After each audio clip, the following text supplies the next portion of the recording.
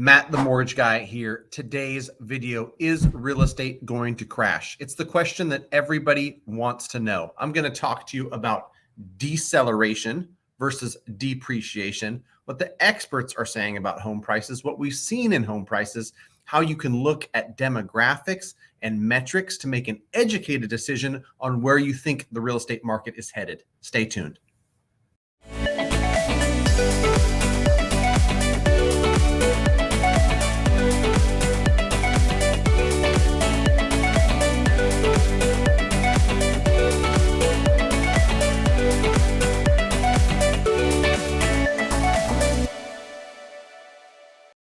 All right, Matt, the mortgage guy, residential mortgage broker. I do mortgage loans all over the country. I talk to thousands of consumers year in and year out. I talk to hundreds of real estate agents year in and year out.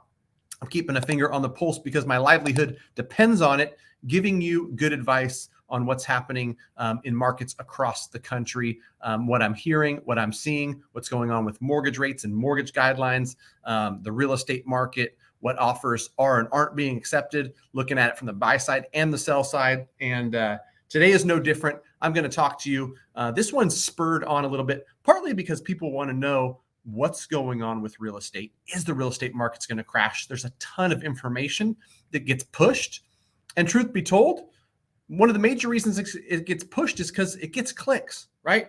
In 2014, 15, 16, 17, 18, 19, 20, 21, and 22, you can find real estate is going to crash videos. Real estate is going to crash on CNBC. Real estate is going to crash in blog posts and articles because people tend to click on that stuff. It drives traffic, right? I want to give you a view that's somewhere between all the crash monsters and not, sun is always shining, butterflies and rainbows that you might hear from other folks on that side, right? Because somewhere in between lies what we're going to see over the next 6, 12, 24 months in the real estate market. I will be the first to admit things are a changing, right? We've seen mortgage rates go up. We've seen home prices go up. We've seen affordability get destroyed for a lot of people.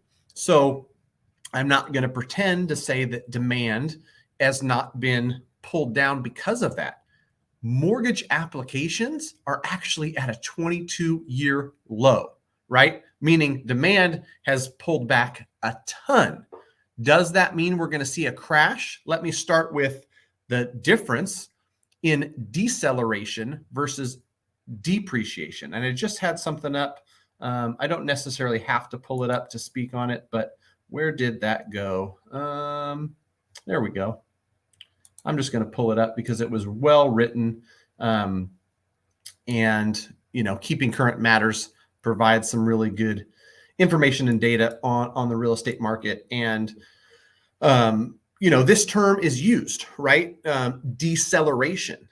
You've heard me probably talk about going from 100 miles an hour to 60. You're still driving 60. You're not in reverse. You're not stopped. You're still driving 60 miles an hour. It feels a lot slower than when you were driving 100. You're decelerating, but you're not going backwards, right? And that's what a lot of folks are seeing for the future of real estate and talking about is a deceleration.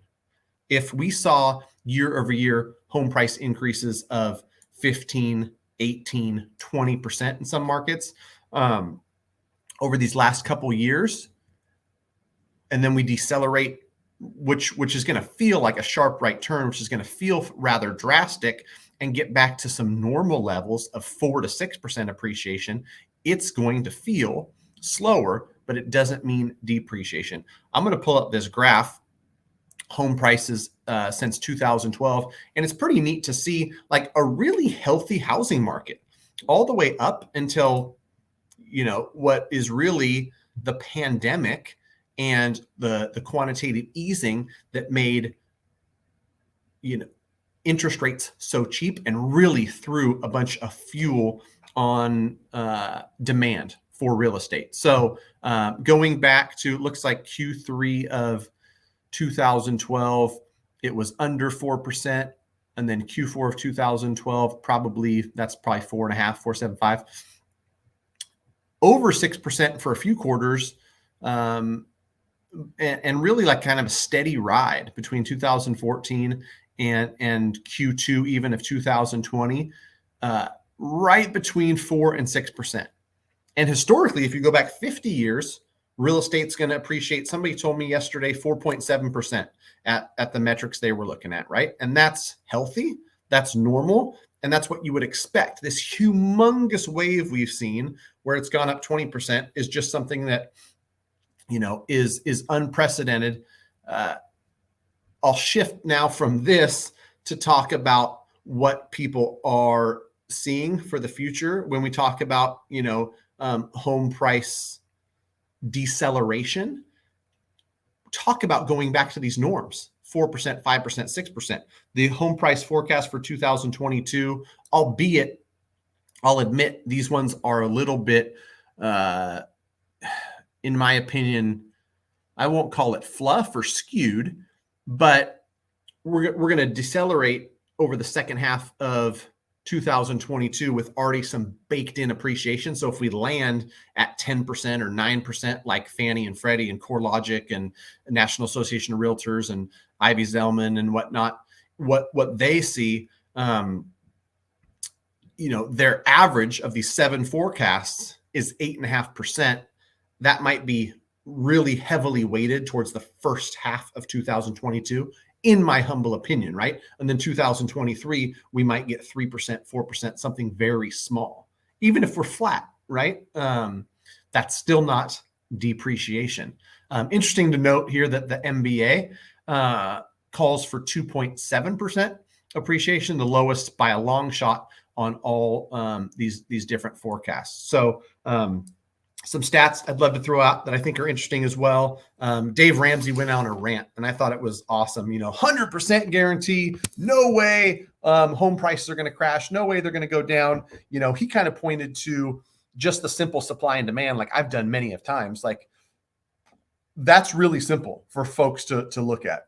How much supply do we have and how much demand we have? We know there's a shortage of supply. We know there's more households. So that equals more demand. Even if there's an affordability issue, if there's 12 million more households than there was in 2007 and 50% less supply, that's going to create an imbalance, which has the effect of pushing home prices up. If we pull back hard on demand, which we're doing by raising interest rates and affordability is a problem, that's going to make it more level, right? So we're not going to see 18 and 20% appreciation like years before, but we're also sure as heck not going to see 20 or 30% depreciation. Just my opinion and some other folks that have been in real estate for decades and decades and decades. The stats that stuck out there were 2.1 million housing starts in 2007. A lot of homes being built. Today, that number's 1.4 million. A lot less homes being built. I actually had my conversation with Jason Walter last week. The year over year permits being pulled. And if you want to look at leading indicators for what's going to happen on the supply side, permits is getting a permit to build. Starts is you're actually starting. So permits comes before starts. Year over year permits for single family homes are down 3.6%. Year over year starts for single family homes are up a modest 3.7%. So relatively flat.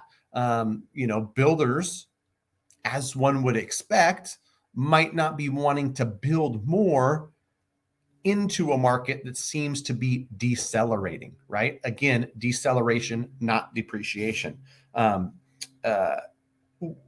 households is another stat you want to look at. 128 million households versus 116 back in 2007. I don't have the exact stats in front of me, but I know from research I've done that something like 45% of home purchases over these last few quarters have been first-time home buyers. First-time home buyers fall into this demographic of 25 to 40 years old. The demographic specifically of where a lot of household formations are happening, 34 to 36 years old. If you look at birth rates between 1988 and, call it 1992, there is a huge uptick. So more and more 34 to 36 year olds, which, history has shown forming households, getting married, having kids, buying houses. That's just what they do, right? The numbers don't lie. So that adds to the demand side. And if you want to keep it as simple as Dave Ramsey and just say, watch supply versus demand, and that's going to tell you what's going to happen with housing, we can pull down on demand with higher interest rates. We can pull down on demand because home prices feel high for some folks. But if we're not going up, in a big fashion on the supply side, we're just not going to see a big pullback in home prices. I will end with this because I think it's important. If we were to see 20, 30, 40% home price depreciation, a market crash, like some folks are calling, what would need to happen, in my opinion, is a huge surge in supply. I know, and that home builders are not building at record levels. They're not going to build, and they can't build that fast. The only way we get a huge surge in supply is if millions and millions of people foreclose. The only way that happens is if the economy goes into recession, millions of people lose their jobs. And here's something that I will tell you because I know and I've been around mortgage. When people were foreclosing during the housing crash, they were losing their jobs. They were getting pay cuts. These things were happening. And truth be told, these things could happen. The difference is when you're in a 228 ARM or some of these terrible products that we saw, your mortgage payment went from $1,200 to $3,000 after 24 months. Your payment went from, a fixed rate during the first 2 years and interest only to an adjustable rate where it's fully amortized, and it doubled or tripled. These mortgage products were nasty. If you lose your job or you get a pay cut and your mortgage goes from $1,500 to $3,000 to $3,500, and you're seeing foreclosures all around you, of course you're going to leave your house. Today, you've got a fixed rate mortgage, and let's call it $2,500. You're in a fixed rate mortgage. That payment's not going to change. You might get a pay cut. You might have one of the two earners in the house lose a job. Things like that can happen in a recession, and I'm not going to hide from that. When you have, on average, 100,000, 150,000 in equity in that house and a fixed payment, much less likely to foreclose, much less likely to walk away. These are some of the reasons why I feel like a foreclosure crisis, a real estate crash and all this stuff is really just very unlikely. Take it for what you will. Throw the tomatoes at the screen. I'm a mortgage broker, so, I've got a vested interest in the housing market, yada, yada, yada. I've heard it all. I would love for things to go on sale for 40%. I would buy a lot of real estate because I'm a, real estate investor, and,